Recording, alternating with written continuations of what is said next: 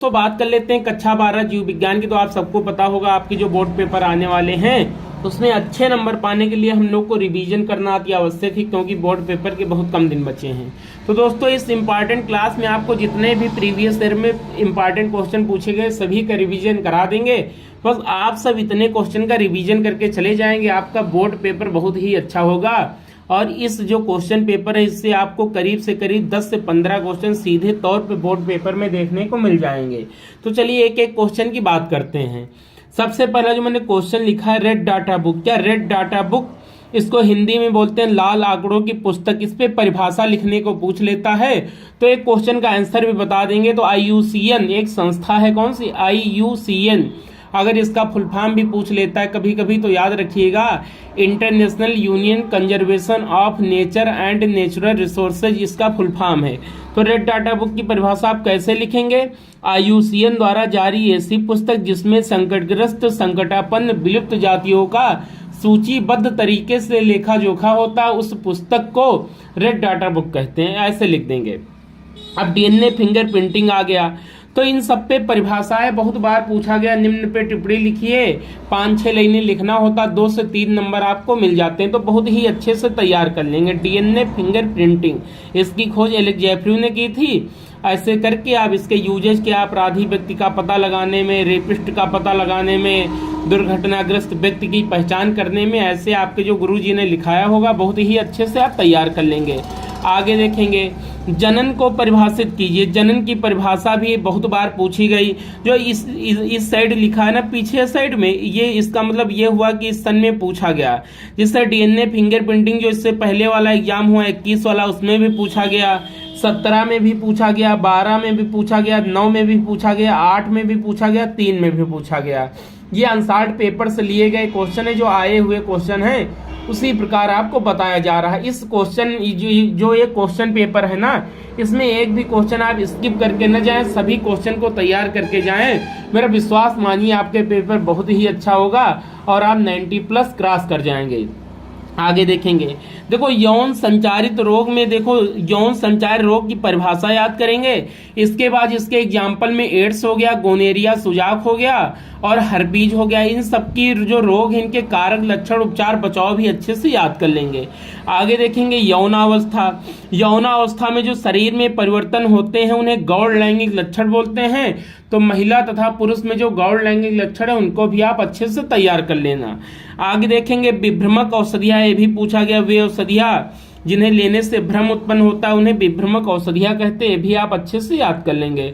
आगे बायोगैस। तो बायोगैस विभिन्न गैसों का मिश्रण है, इसमें मुख्य रूप से मीथेन गैस पाई जाती है या कृषि अपशिष्ट तथा जैव अपशिष्ट से प्राप्त होती है। इसमें जो पाया जाने वाला जीवाणु है उसे मेथेनोजन बैक्टीरिया बोलते हैं, जो अपशिष्ट पदार्थों से रासायनिक क्रिया द्वारा मेथेन में बदल देता है। तो बैक्टीरिया का नाम भी याद रखेंगे, और जब बोर्ड पेपर में लिखेंगे तो मेथेनोजन बैक्टीरिया का नाम ब्लैक पेन से लिख देंगे।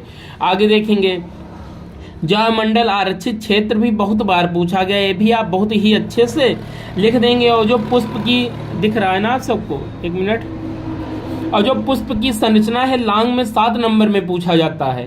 तो सबसे पहले इसका फिगर बनाएंगे। जो इसके बाद सबसे नीचे वाला क्या हो गया? पुष्पवृंत हो गया, फिर पुष्पासन हो गया, फिर बाह्य दलपुंज हो गया, फिर दलपुंज हो गया, फिर जायांग हो गया, फिर पुमंग हो गया, जायांग के भाग हो गया, स्त्री केसर, जायांग के कौन कौन से भाग? सबसे ऊपर वाला वर्तिकाग्र हो गया, नीचे वर्तिका हो गया, उसके नीचे अंडाशय हो गया।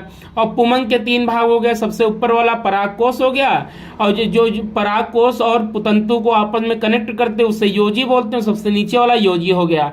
योजी नहीं, पुतंतु हो गया। इन सबके कार्य अच्छे से याद कर लेंगे, बहुत ही अच्छे से याद कर लेंगे, विद फिगर याद कर लेंगे। आगे देखेंगे, अब अगला क्या है? Liver cirrhosis. जो अल्कोहल का ज्यादा सेवन करते हैं उनके लीवर का आकार बढ़ जाता, फैटी लीवर हो जाता, जिसे लीवर सिरोसिस के नाम से जानते हैं, भी आप अच्छे से तैयार कर लेंगे।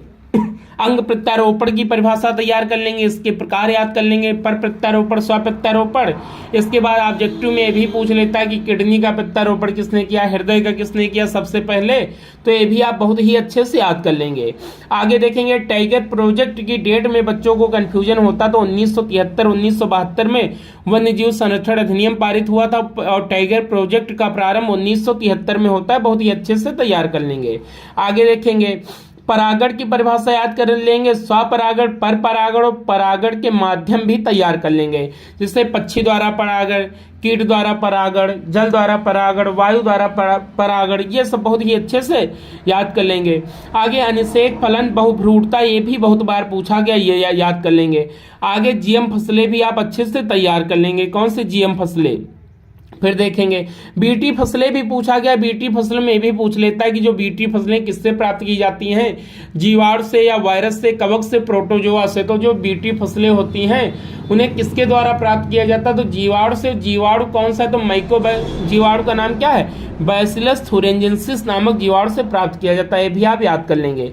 आगे देखेंगे रोग व स्वास्थ्य की परिभाषा वर्ल्ड हेल्थ ऑर्गेनाइजेशन WHO के अनुसार ये भी याद कर लेंगे। आगे जीनी चिकित्सा, सगर्भता जिसको एबार्सन बोलते हैं, ये भी आप अच्छे से तैयार कर लेंगे। परगनली शिशु की परिभाषा तैयार करेंगे, और जब बोर्ड पेपर में लिखना होगा तो नोट में ये भी लिख देंगे कि भारत में जन्म लेने वाले प्रथम परगनली शिशु का नाम कनुप्रिया अग्रवाल तथा डॉक्टर का नाम सुभाष मुखर्जी है तथा विश्व में जन्म लेने वाले प्रथम परगनली शिशु का नाम लूसी जॉय ब्राउन तथा डॉक्टर का नाम स्टेप्टो एडवर्ड था, ये भी आप याद कर लेंगे और बोर्ड पेपर में लिख देंगे। आगे परगनली शिशु हो गया। आगे हार्ट स्पॉट याद कर लेंगे, और हार्ट स्पॉट में ये भी याद कर लेंगे कि भारत में कुल 3 हार्ट स्पॉट है, पूर्वी घाट, पश्चिमी घाट और इंडोबर्म। विश्व में इनकी संख्या 34 से, ये भी पूछ लेता, कभी कभी ऑब्जेक्टिव में संख्या ही पूछ लेता है।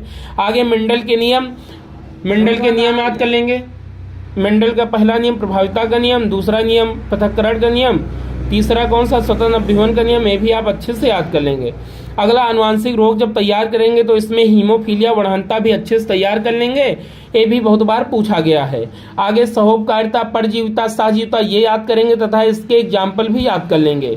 आगे जलोदभिद, मरोदभिद, शीतोष्णभिद पौधों के शारीरिक अनुकूलन भी बहुत ही अच्छे से तैयार कर लेंगे, 3 तैयार कर लेंगे, एक आपको बोर्ड पेपर में मिल जाएगा। आगे जरायुज अंकुरण याद कर लेंगे, जिसको पितृस्थ अंकुरण के नाम से जानते हैं। प्रतिजैविक याद कर लेंगे, बायोगैस याद कर लेंगे, विलुप्त संकटग्रस्त संकटापन्न 3 जाति याद कर लेंगे, एक आपको बोर्ड पेपर में मिल जाएगी। तो दोस्तों अगर वीडियो अच्छा लगा हो चैनल को सब्सक्राइब कर दीजिए। यदि किसी क्वेश्चन में आपको डाउट हो तो कमेंट करिए, मैं उसका आंसर आपको भेज दूंगा। ओके, धन्यवाद।